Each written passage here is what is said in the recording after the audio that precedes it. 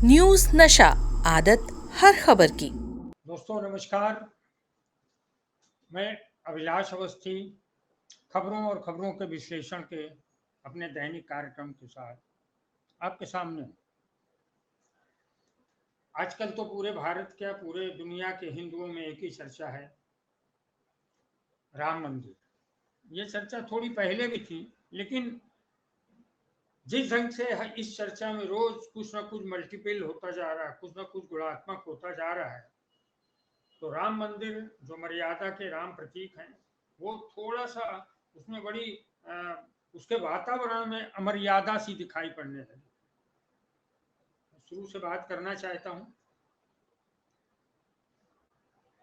राम मंदिर के लिए मोदी जी ने बहुत पहले से सोच रखा था। मेरे ख्याल से 6-8 महीने पहले, 10 महीने पहले, साल भर पहले सोच रखा था कि भाई भारत में 100 करोड़ हिंदू हैं, तो जाहिर सी बात है कि 2024 का जो लोकसभा चुनाव होगा, जिसको उन्होंने हैट्रिक करके प्रचारित करने की कोशिश की है, तो उन्हें ये लगा कि ये इलेक्शन की बचानी तो राम मंदिर हमें पार करा ही दे। और उन्होंने भी देखा है, हम लोगों ने भी देखा है, 92 के बाद, मस्जिद की शहादत के बाद जो जो भी चुनाव हुए, रामलला हम आएंगे, मंदिर वहीं बनाएंगे, अरे नारा सुन सुन के तो इलेक्शन में लोग अपना नामांकन कराते थे। मैंने देखा है कानपुर में, लखनऊ में, उत्तर प्रदेश से कई जगह, दिल्ली में देखा है, तो नामांकन ही नारों से होता था। अब मोदी जी भी उस समय, हालांकि मोदी जी सब राजनीति में कितने रहे होंगे, लेकिन मोदी जी ने यह वातावरण जरूर देखा होगा। जब हम लोगों ने देखा है, तो मोदी जी के दिमाग में बस एक बात जरूर छा गई होगी कि यार अब तो 2024 में हमने गोगोई ने मैं ये तो नहीं कह सकता कि मोदी जी ने गोगोई से निर्णय कराया, लेकिन गोगोई ने निर्णय कर किया राम मंदिर बनने का। तो एक प्रश्न अभी देखिए बीच में उठता है, भाई गोगोई जी ने निर्णय किया, गोगोई भी हिंदू है ना। मुझे नहीं मालूम कि गोगोई का नाम उन लोगों में है जो 6,000 लोगों को आपने आमंत्रित किया है। मुझे तो लग रहा है कि गोगोई साहब को बुलाना चाहिए। हिंदू धर्म पर सबसे ज्यादा जो कृपा तो गोगोई साहब ने चीफ जस्टिस बनते हुए की थी, कि उन्होंने राम मंदिर निर्माण का मार्ग प्रशस्त किया था। हालांकि जो इस समय राज्यसभा के सदस्य हैं, मैं उनको कोई की बात अगर मैं करूं, तो उनको ये भी कह सकते हैं कि उनसे बहुत से निर्णय जब कराए गए, तो उस समय उनका एक महिला के ऊपर यौन शोषण का आरोप था, जो उन्होंने खुद ही बैठ के खत्म किया था। ये हिंदुस्तान में पहली बार ऐसा हुआ था। ऐसा योगी जी ने भी किया, उनके ऊपर जितने क्रिमिनल केस थे खुद बैठे मुख्यमंत्री होके अपने दस्तखत से दफ्तर किए। खैर ये होता है राजनीति में, मगर चीफ जस्टिस ऐसा करे, ऐसा कम मिलता है। खैर, तो तरुण गोगोई, जो गोगोई साहब हैं, उनको बुलाना चाहिए, क्योंकि उन्हीं की कृपा से मंदिर बन रहा है। और ये जो सोच रहे थे मोदी जी की, ये 2024 में हमारी नैया पार हो जाएगी, तो मैं उसी संदर्भ में बोल रहा। मोदी जी समय 9 हिंदू लड़कियों पर हुए बलात्कार के अपराधी अपने भाजपा सांसद ब्रजभूषण शरण सिंह को बचा रहे थे, उस समय भी यही सोच रहे थे, यार छोड़ो इसको बचा लेते हैं, अभी 2024 तो हम राम मंदिर के सारे ही पार कर ले। अभी 9 हिंदू लड़कियों के बलात्कार का केस थोड़ी ना महत्वपूर्ण रहेगा। राम मंदिर का निर्माण, राम मंदिर की प्राण प्रतिष्ठा के समय ये सब खत्म हो जाएगा। साक्षी मलिक कौन है, और वो विनेश फोगाट कौन है, फना कौन है, सब उस समय कोई भूल जाए। इनको तो हमने संसद वाले दिन घसीटवा भी लिया था। मोदी जी के ये सोच थे कि भाई 2024 हम राम मंदिर के सहारे पार कर लेंगे। मोदी जी इस समय संसद के भीतर और बाहर अपने दोस्त गौतम अडानी को बचा रहे थे। उस समय भी वे सोच रहे थे कि हम पर अडानी को बचाने का जो जो हमारा दुस्साहस है, उसका कोई प्रभाव हम पर नहीं पड़ेगा। हमारे पास राम मंदिर है, हम राम मंदिर से जीत जाएंगे। ये उन्होंने सोच रखा था। मैं ये बता रहा हूँ कि मोदी जी ने इसके पहले बहुत सारी चीजें यही सोच कर करते रहे। वो जिस समय ईडी सीबीआई आईटी को भेजते थे, तो कोई उनको सलाह देता भी होगा, यार कहा आप कितना प्रेशर डाल रहे हो, मनीष सिसोदिया और फला फला हेमंत सोरेन, और इन पर सब भेजते हो, और भेज कर आप अपने दल में शामिल कर लेते हो, जैसे महाराष्ट्र में किया। तो लोग बोलते होंगे कि आप ये कर रहे हो जो उनके सगे होंगे, जैसे अमित शाह तो हैं ही हैं, साहब लोग क्या सोचेंगे, मगर मोदी जी को मालूम है लोग सोचेंगे राम मंदिर।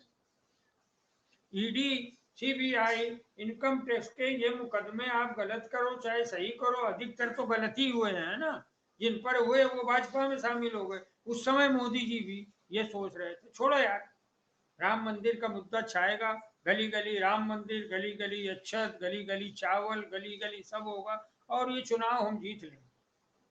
तो जिस समय संसद से राहुल गांधी, महुआ मोत्रा, संजय सिंह समेत लगभग 140 सांसदों को इन्होंने बाहर किया था, नरेंद्र मोदी ने करवाया था, उस समय भी यही सोच रहे थे यार छोड़ो इन चीजों का क्या फर्क, इन चीजों से क्या फर्क पड़ेगा, अपने पास तो राम मंदिर। और सच भी है, राम मंदिर का मुद्दा इतना बड़ा है कि उसके आगे छोटी मोटी चीजें दब कर रह जाएंगी। अब अजीत पवार के ऊपर कितने केस हैं और वो आ गए भाजपा के साथ, एक नाथ शिंदे मुख्यमंत्री हैं, उनके केस सब बदल गए, छगन भुजबल की तो फाइल लीक हो गई, ये सीबीआई ने ये बोला कोर्ट में था, इतने दिन उन्हें जेल में रखा, और उसके बाद जब मांगी गई फाइल तो अभी वो भाजपा के साथ आ गए तो उनकी फाइल लीक हो गई। तो ये सब करो, लोग क्या सोचे, तो इसके पहले के प्रधानमंत्री और राजनीतिक सोचते थे अगर हम ऐसा करेंगे तो क्या होगा, दूसरे क्या सोचेंगे, मगर मोदी जी ऐसा कभी नहीं सोचा, उन्होंने तो बस ये सोचा कि अपने पास 2024 का राम मंदिर है, बस हम उसका वातावरण इतना पावरफुल कर देंगे कि 100 करोड़ हिंदू उसमें झूम जाएगा और हमें फटाफट बटन दबा के वोट दे देगा। खाली भारत का ही हिंदू नहीं, पूरे दुनिया का हिंदू हमारी तरफ आकर्षित होगा। और ये उन्होंने सही भी सोचा था। राम मंदिर पर, राम मंदिर का हमने भी स्वागत किया है। राम मंदिर, हम भारतीय जनता पार्टी के पक्षधर नहीं हैं, लेकिन हमने राम मंदिर का स्वागत किया, इसलिए पूरे देश के हिंदुओं ने स्वागत किया। महंगाई जब बढ़ रही थी, सिलेंडर 400 से 1200 हो रहा था, तो भी मोदी को लगता था अरे यार राम मंदिर का मुद्दा तो है ना अमित शाह जी, आप चुप बैठो। उसी तरीके से बेरोजगारी पे, अब बोलो बेरोजगारी पे संसद में 2 लड़के कूद गए क्रैकर लेकर, पेट्रोल बम लेके, या वो पेट्रोल बम भी नहीं कहना चाहिए, तो वो लेकर कूद के बेरोजगारी के मुद्दे पर। तब भी मोदी जी ने ये नहीं सोचा कि इसमें क्या होगा, वो अरे छोड़ो यार ये सब हो जाएगा, राम मंदिर अभी बाकी है। अब जब राम मंदिर का मुद्दा आया तो एक बड़ी बात हो गई, बड़ा गजब हो गया, जो जो दिल के अरमा आंसुओं में बह गए, यानी मोदी जी के लिए, कि मोदी जी तो सोच रहे थे कुछ भी करो, अपने पास तो दुनिया का सबसे बड़ा ट्रम्प कार्ड रखा है, राम मंदिर की प्राण प्रतिष्ठा। अब 22 जनवरी को जब राम मंदिर की प्राण प्रतिष्ठा की तारीख निश्चित हो गई, तो मोदी जी के सपनों का मंदिर किस ढंग से खंडहर खंडहर खंडहर होने लगा। आइए जरा वो भी सिलसिलेवार बात करें। पंजाबी में बोलते हैं पासा पुट्ठा पै गया, तो ये पासा ही उल्टा पड़ गया। सबसे पहले यह हुआ, देखो क्या था जो मोदी जी सोचे थे वो सब कुछ नहीं हुआ।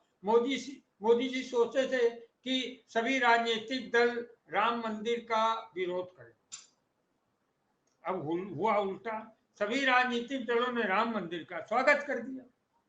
अब ये भी गड़बड़ हो गया, अब उनका हिंदू मुस्लिम कोई कुछ हो नहीं रहा था। मोदी जी सोचते ही रह गए कि कोई दल होगा जो राम मंदिर का विरोध करे, तो कांग्रेस की तरफ से इंतजार कर रहे थे। उन्होंने तो खुद अपने एजेंट भी कांग्रेस में फिट कर रखे हैं, प्रमोद कृष्णन जैसे घटिया साधु, सफेद कपड़े धारी, 10 साल का राजनीतिक, दुनिया को ज्ञान पढ़ाता है, पद की वासना में लीन ये घटिया साधु जो है हमको राम मंदिर की बात बताता है, मूर्ख आदमी।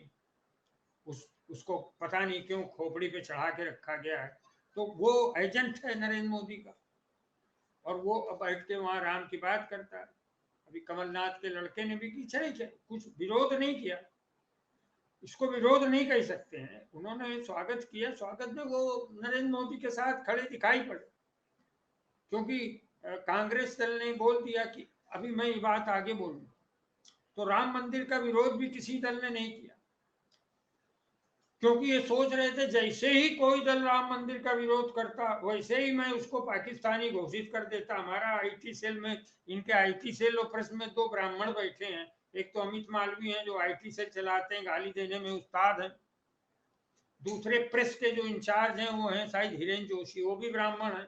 2 ब्राह्मणों का मोदी जी ने पकड़ के रखा है। तो राम मंदिर में ब्राह्मणों से नहीं कराएंगे प्राण प्रतिष्ठा, उसमें खुद करेंगे, लेकिन अपना काम कराने के लिए इसके पहले मिश्रा जी को रखा, वो इनके चीफ सेक्रेटरी थे, वहां से गुजरात से लेकर और दिल्ली तक, उनको दिल्ली भी लेके आए।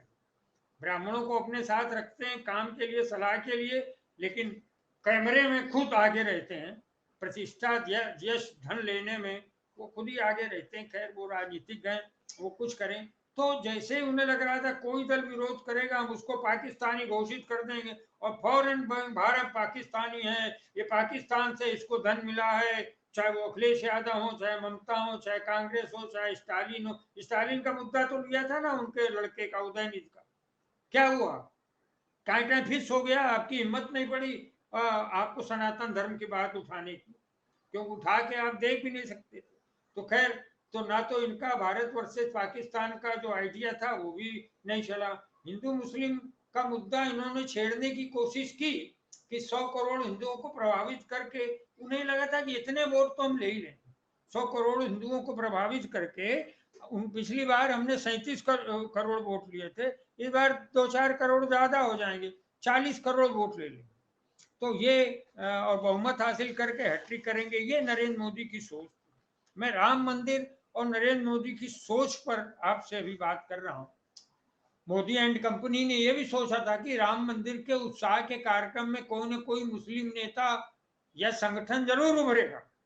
अब ओवैसी है जो उनके पेरोल पर है, ओवैसी को पैसा मिलता है नरेंद्र मोदी से, तो ओवैसी कुछ ना कुछ बोलने वाला होता, ओवैसी बोल देता अरे बाबरी की शहादत पर ये कैसा उत्सव और ये वो, लेकिन वो भी कुछ नहीं बोल रहा है। अब उनको और कितना पैसा मिले तब वो बोलना शुरू करें, ये लोग वो सौदेबाजी वो जाने। तो कोई मुस्लिम नेता या संगठन बोलेगा और हिंदू मुस्लिम बना दिया जाएगा, ये भारतीय जनता पार्टी के लोग सोचते रहेगा। लेकिन ना मुसलमानों ने तो कसम ही खा ली है। मुझे सूचना मिली और दुर्भाग्यशाली सोचना है, हम लोग देश की इस व्यवस्था पर शर्म महसूस कर रहे हैं कि उन्होंने तय किया है कि शायद हम 20 तारीख से लेकर और 1 हफ्ते तक घरों पे ही रहेंगे। सूचना ये कि मुस्लिम, बड़ा दुखपूर्ण है यार, मेरा दिल द्रवित हो जाता कि मुसलमान लोग 1 हफ्ते का राशन घर में भर के रख रहे हैं, वे घर पे ही रहेंगे। भाई हम आपकी सहृदयता को और इस सदा सहता को प्रणाम करते हैं अपने मुस्लिम भाइयों की। आप विवाद से भारत को दूर रखना चाहते हैं, क्योंकि आप आएंगे तो ये विवाद करेंगे। आपका आना और भारतीय जनता पार्टी का विवाद शुरू करना, तो ना तो मुस्लिम कोई आया और मुस्लिम संगठनों ने अलग तय किया कि घर पे रहो, तो अब बेचारे करे क्या? कुछ मुद्दा नहीं मिल रहा है, ना हिंदू वर्सेस मुस्लिम हो रहा है, ना हिंदुस्तान वर्सेस पाकिस्तान हो रहा है। हालांकि बीच में एक काम हुआ, एक नहीं कई काम हुए, मैं एक तो बता ही दूं आपको। बीच में एक काम हुआ कि हमारे लखनऊ के देवेंद्र तिवारी हैं, एक पंडित जी को लगा कि कुछ विवाद किया जाए। अब पता चलेगा कि किसके कहने पर उन्होंने किया। उन्होंने अपने अपने 2 कर्मचारियों से कहा कि भाई वो वहां पर एक भारतीय किसान मंच के स्वघोषित अध्यक्ष हैं, राष्ट्रीय अध्यक्ष, गोरक्षक बोलते हैं, एक कोई चलाते हैं ऐसे फॉरेंसिक या कोई एक इंस्टीट्यूट चलाते हैं, उसमें उनके 2 कर्मचारी हैं। उनसे कहा कि तुम जाओ कहीं गोंडा से कहीं से, आप ईमेल करो, आप ईमेल मुझे करो कि राम मंदिर को उड़ा दिया जाएगा, राम मंदिर पर हमला किया जाएगा, योगी को मार दिया जाएगा। और देवेंद्र तिवारी खुद भी शहीद होने को बड़े मचल थे, ये भी लिखवा दिया कि आपको भी मार देंगे, उनको नेता बनना था। तो ये मेल आया पूरा, जो है जलेबी बाइयां, अंजना ओम कश्यप जलेबी बाई रोमाना अख्तर, जलेबी बाई चित्रा त्रिपाठी, ये चैनल की जलेबी त्रिपाठी, ईमेल आ गया, वाह वाह लॉटरी खुल गई, अब तो हो गया 2024 क्लियर हो गया, नाच होते हैं वहां पर। तो मालूम पड़ा कि दूसरे दिन पुलिस पर जब प्रेशर पड़ा तो मालूम पड़ गया कि वो जो 2 कर्मचारी थे, ओम प्रकाश मिश्रा थे, वो जुबेर खान बनकर उन्होंने ईमेल किया था। और दूसरा था ताहर सिंह नाम का, जो शारिक खान बन के जिसने ईमेल किया। तो सोचिए कि आरएसएस और ये सारे लोग कितना बैठे इंतजार कर रहे हैं कि कोई मुस्लिम या कोई हिंदू मुस्लिम हो जाए, लेकिन ये भी उनका नहीं नहीं चल पा रहा है, ये भी नहीं हुआ। तो फिर क्या होगा? तब उन्होंने, उनका जब सारा प्लान धरा का धरा रह गया, क्योंकि कोई मुस्लिम समुदाय की ओर से विरोध को तैयारी नहीं है, कोई राजनीतिक पार्टियों ने तो विरोध तो छोड़ो, उल्टा स्वागत करना शुरू कर दिया। कांग्रेस ने स्वागत किया, अखिलेश यादव ने किया, ममता, सब किया। अब करोगे क्या जब कोई विरोध ही नहीं कर रहा? इसमें ओशो एक कहानी बताते हैं, मैं सोच रहा हूं अभी आपको बता दूं। एक पति पत्नी में बहुत झगड़ा होता था, बड़े ध्यान से 4-5 लाइन की कहानी है। तो वो ओशो के पास आए, तो ओशो ने पुरुष को समझाया कि भाई तू अपनी बीवी से कहना कि तू मुझे सुबह सुबह बोलना, आज तू सुबह मुझे उठा के पटक दे, मुझे लाठी मार, मुझे मेरे माता को गाली दो, मेरे पिता को गाली दो, मेरे बाल खींच लो, मेरे छाती पे चढ़ जाओ, मुझ पर हमला कर दो, लेकिन आज के दिन मैं तुमसे झगड़ा नहीं करूंगा। अब वो सुबह सुबह पति ने उससे कह दिया कि भाई कुछ भी करो मेरे साथ, गाली दो, ये करो वो करो, मारो पीटो, मैं तुमसे आज के दिन झगड़ा ही नहीं करूंगा। तो पूरे दिन पत्नी ने कुछ कहा ही नहीं। तो ओशो का कहना था कि पत्नी का जो झगड़ा करने में रस मिलता था वही बंद हो गया, क्योंकि पति ने झगड़ा ही नहीं किया। वही चीज यहाँ पर है कि मुसलमानों ने झगड़ा ही नहीं किया तो मोदी जी का भी रस खत्म हो गया, भाजपाइयों आरएसएस वालों का भी, और ना ही किसी राजनीतिक पार्टी ने विरोध किया। तो उनका जो लड़ाई का में रस मिलता है ये संघियों को, वो मिलना बंद हो गया। तो अब क्या करेंगे? बेचारे वो जितने विरोधी दल हैं उनको, वो अपनी सीट शेयरिंग में लगे। भाई आप भी तो क्या कर रहे हो, राम मंदिर के नाम पर वोट जुटा रहे हो, वो अपनी सीट शेयरिंग में लगे, उन्हें तो आपको हराना है, तो वो राम मंदिर के आपके चीजों पर ध्यान ही नहीं दे रहे हैं। अगर ये सब नहीं होता तो शायद किसी के मुंह से कुछ प्रमोद कृष्णन टाइप के हैं टपोरी साधु, उनके मुंह से कुछ निकलता और बात आगे बढ़ती, लेकिन वो भी नहीं निकल रहा है। तो यहाँ पर राम मंदिर उत्सव पर किसी का कोई भी ध्यान ही नहीं है। यही मोदी जी को खल रहा है कि कोई बोल ही नहीं रहा है। यहाँ पासा उल्टा यह पड़ा कि मुस्लिमों ने ही नहीं, हिंदू लोगों ने, हिंदू समाज की तरफ से भी विरोध आने लगा। बाप रे, ये क्या!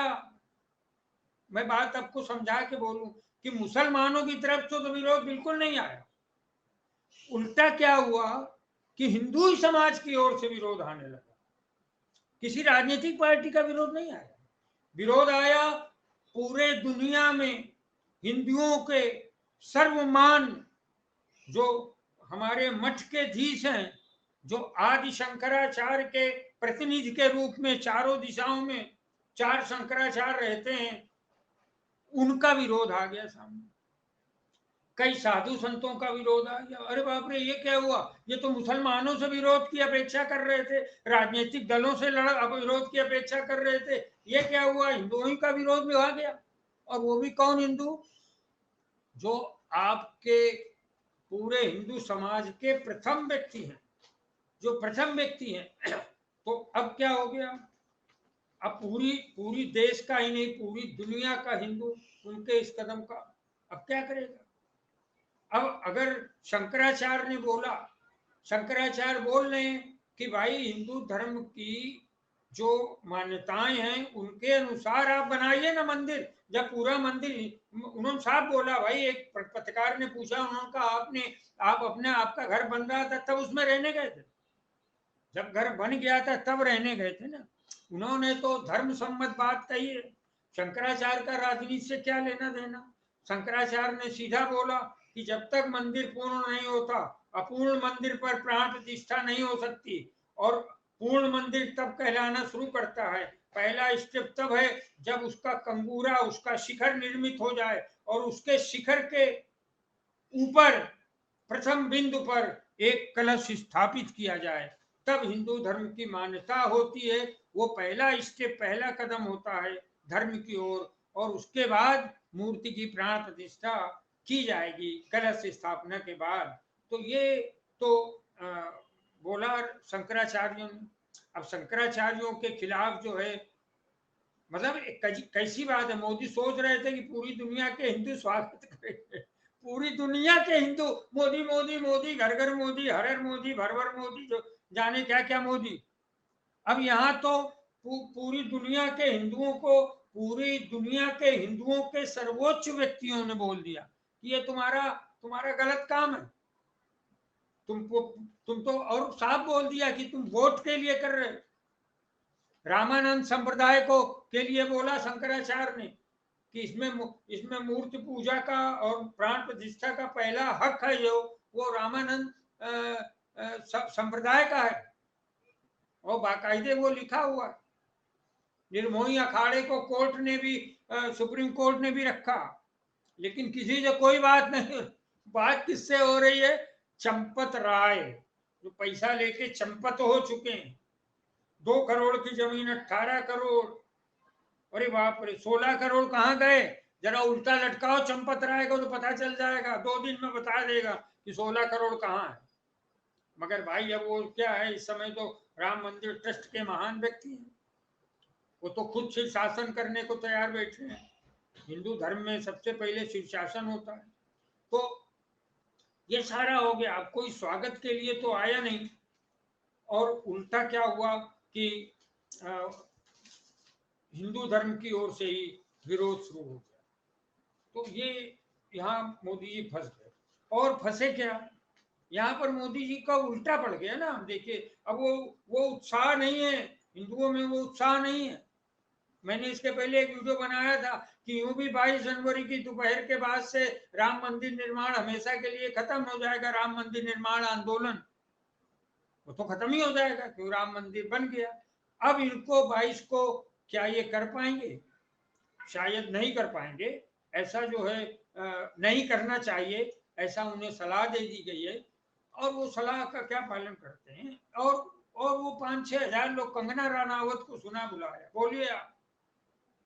कंगना रनावत को बुलाया है, जिसका ड्रग्स के मामले में कई बार नाम उभरा है, जिसने बड़े विवादास्पद काम किए हैं, जिसने भारत माता की के आंचल को कलंकित करने का वक्तव्य दिया। ऐसी घटिया, एक नंबर की नीच किस्म की हीरोइन कंगना रनावत, जो कहती है कि भारत को आजादी 2014 में मिली, यानी भगत सिंह फांसी पे मुफ्त में चढ़ गए थे।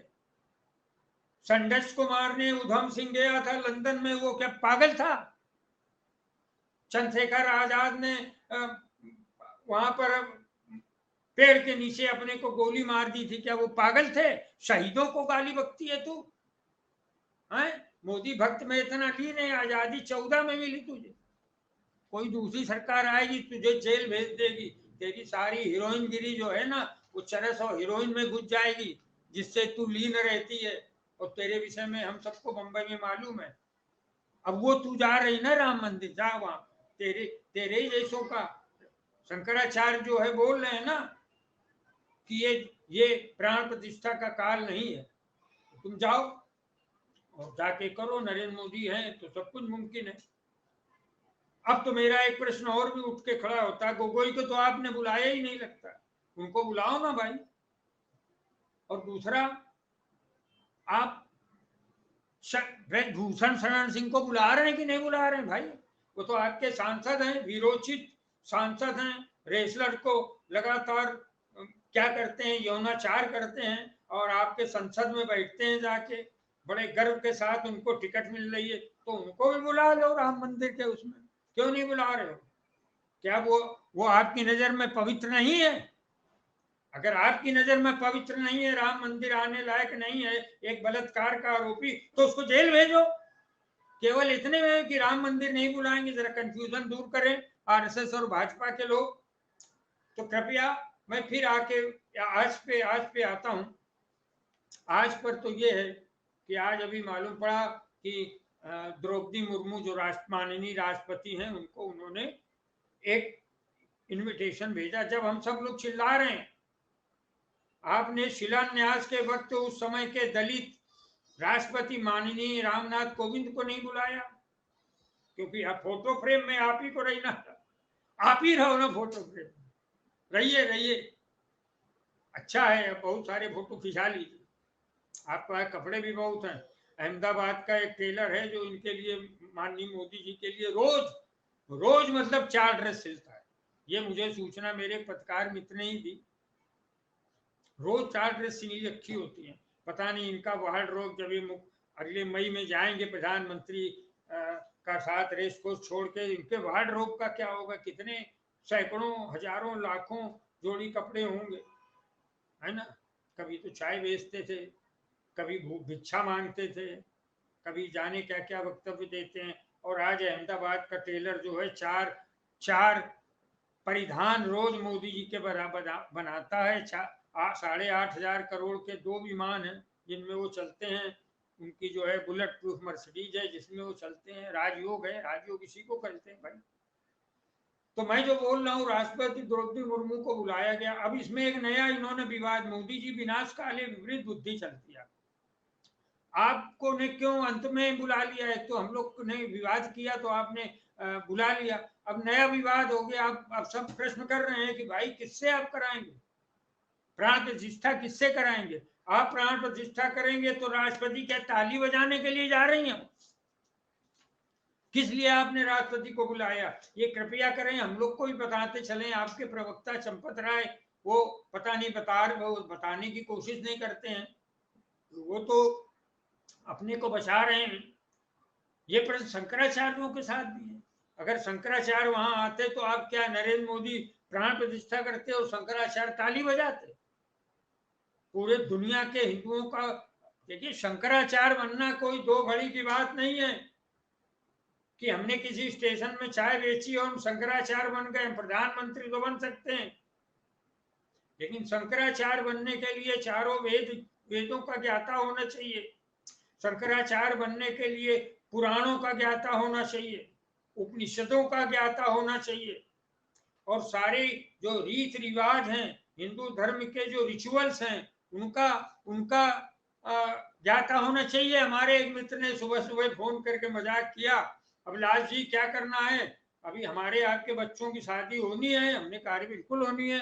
तो कहने ऐसा है कि अब हम लोग अब शंकराचार्य की तो सुनी नहीं जा रही है, तो अब हम लोग जब बच्चों की शादी करेंगे तो हम लोग भारतीय जनता पार्टी का मैनिफेस्टो पंडित को पकड़ा देंगे कि भाई ये पढ़ पढ़ के तुम शादी कराओ। वेद सम्मत मंत्रों उच्चार, श्लोक उच्चार, इन सब का क्या मतलब है जब शंकराचार्य को ही कुछ नहीं समझा जा रहा?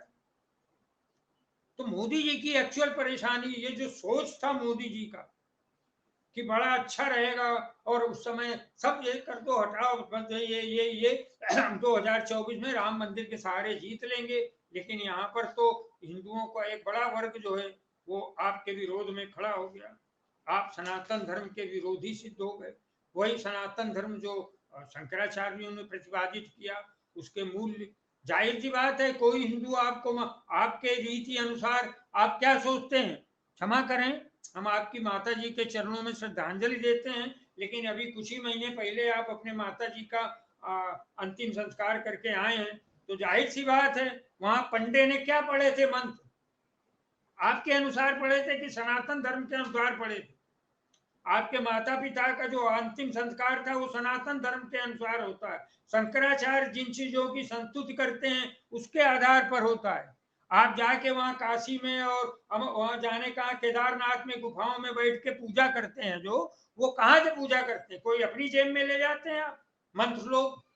वो जो पंडित उच्चार करते हैं, श्लोक उच्चार, मंत्रोच्चार, वो क्या करते हैं? सनातन धर्म पर आधारित है, सनातन धर्म द्वारा संस्तुत किया हुआ, शंकराचार्यों द्वारा प्रतिपादित किया हुआ, आदि शंकराचार्य द्वारा क्रिएट किया हुआ, जो चारों दिशाओं में उनके एक एक प्रतिनिधि के रूप में शंकराचार्य ने। मालूम क्या हो रहा है मोदी जी, आप तो सोशल मीडिया के बड़े मूर्धन्य विद्वान रहे हैं, आपको पता है कि आपके लोग शंकराचार्य को गाली दे रहे हैं सोशल मीडिया? वो बता रहे हैं मोदी जी महान है, शंकराचार्य छोटे हैं। ये आपको वोट जो मिलने का सपना था ना कि हिंदू धर्म पर आप हिंदू धर्म की ध्वजा फहरा कर राम मंदिर में आप वोट ले लेंगे, वो पासा आपका उल्टा पड़ गया है।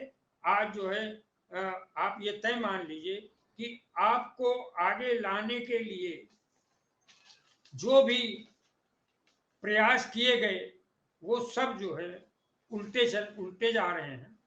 और मैं फिर बता रहा हूं, अपूर्ण मंदिर में मूर्ति की प्राण प्रतिष्ठा चुनाव को देखते हुए की जा रही है। ये बात शंकराचार्य ने अपने से वरिष्ठ या अपने से उच्च पदों पर स्थित हिंदुओं का अपमान भी संभव है वहां पर, क्योंकि आप तो प्रधानमंत्री हैं।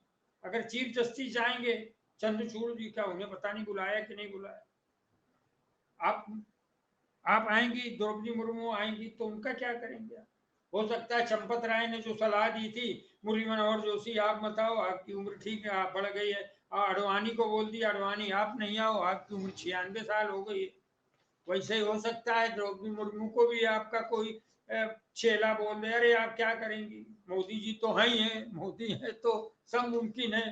तो इस ढंग से आपका ये जो जो एक ख्याल था आपका कि आप इससे बड़ी चीजें उपलब्ध कर लेंगे, वो सब आपके हाथ में नहीं रही।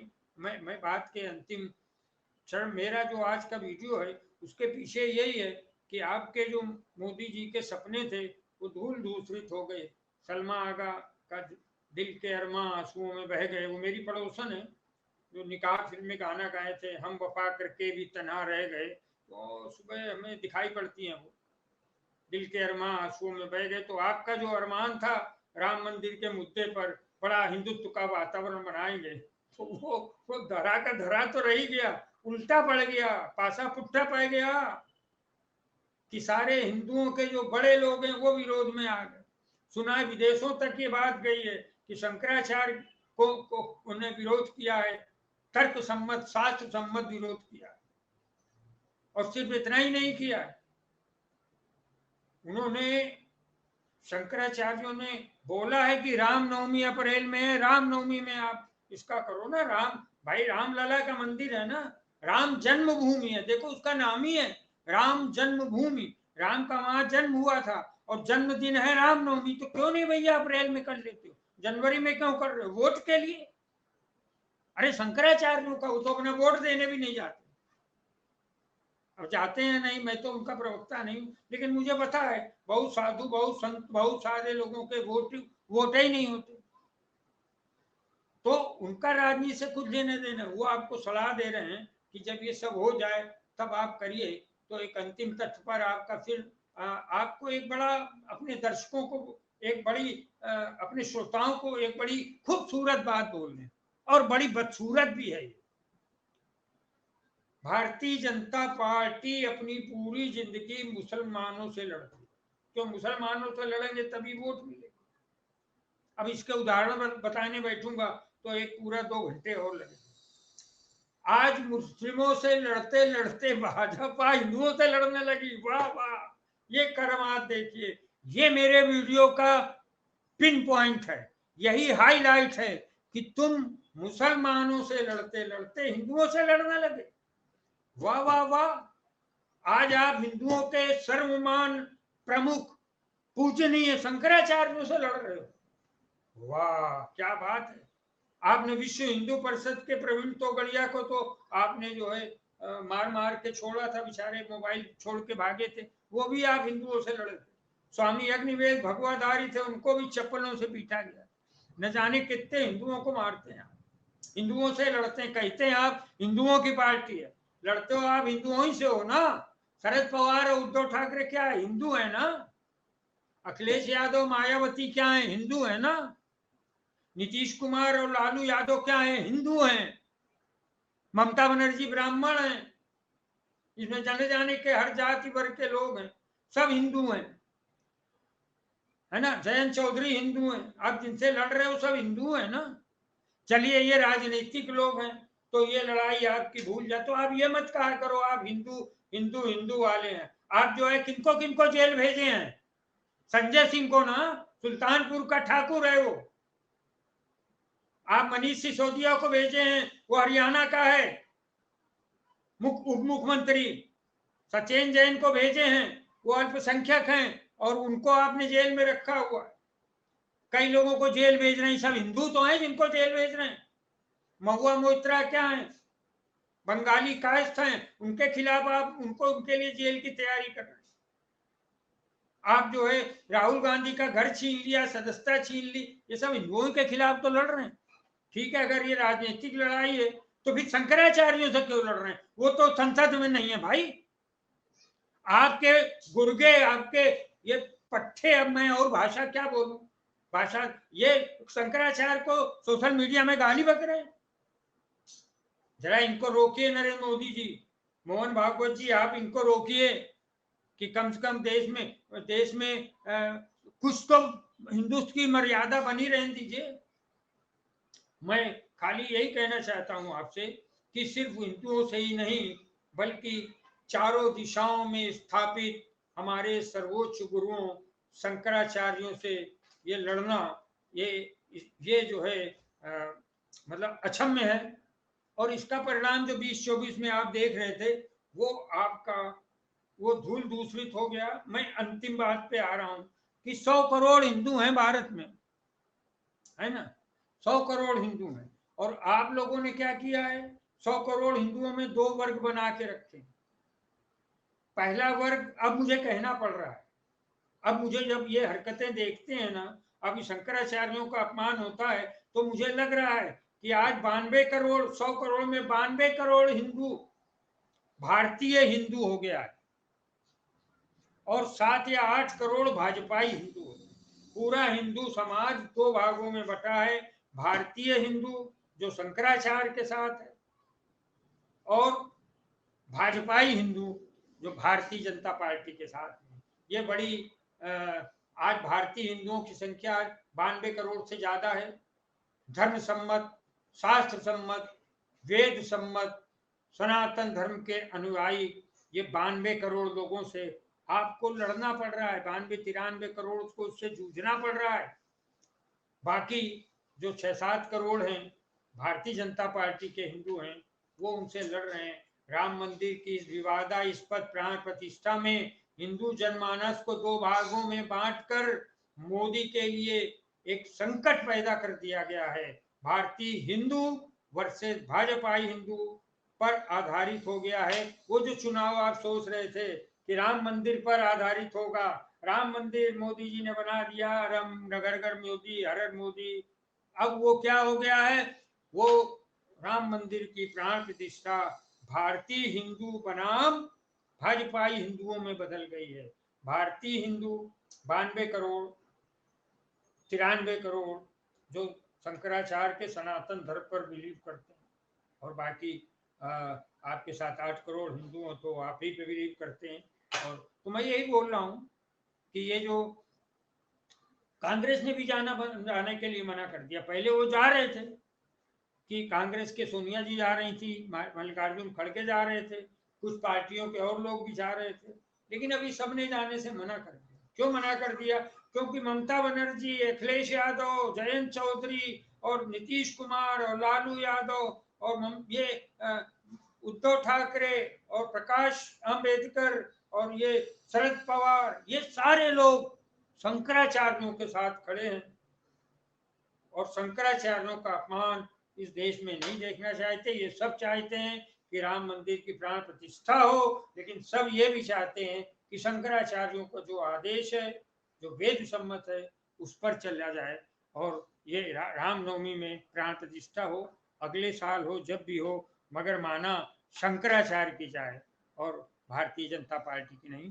तो मित्रों, मैं अपनी बात खत्म करता हूं कि आज जो जनमानस, जो वोट का मानस जो जो मिलने वाला था नरेंद्र मोदी को राम मंदिर प्राण प्रतिष्ठा के नाम पर, आज वही हिंदुओं को विभाजित कर गया। शंकराचार्य का और तमाम पार्टियों का विरोध, मुसलमानों की चुप्पी आज 2 भागों में विभाजित हो गया। भारतीय हिंदू समाज और भाजपाई हिंदू समाज, ये दुर्भाग्यशाली स्थिति है। हम चाहेंगे कि इस सारे के बीच में, जाहिर सी बात है 2024 में नरेंद्र मोदी की हैट्रिक तो नहीं होगी, लेकिन हमें नरेंद्र मोदी से अपेक्षा है कि वो कोई उचित सलूशन निकालें, ताकि समाज में ये जो बार बार पहले हिंदू मुस्लिम विभाजन आपकी पार्टी ने किया, फिर हिंदू सिख विभाजन, फिर हिंदू ईसाई विभाजन, अब हिंदू विभाजन जो है इसको आप रोकिए, और इसी में आपकी राजनीतिक कौशल और खूबसूरती है। दोस्तों, अभिलाष अवस्थी के अनन्य प्रणाम। और आप हमसे जुड़े रहने के लिए सब्सक्राइब करें YouTube पर, फॉलो करें Twitter पर और लाइक करें Facebook पर। और ज्यादा जानकारी के लिए आपको टाइप करना होगा सिर्फ न्यूज नशा।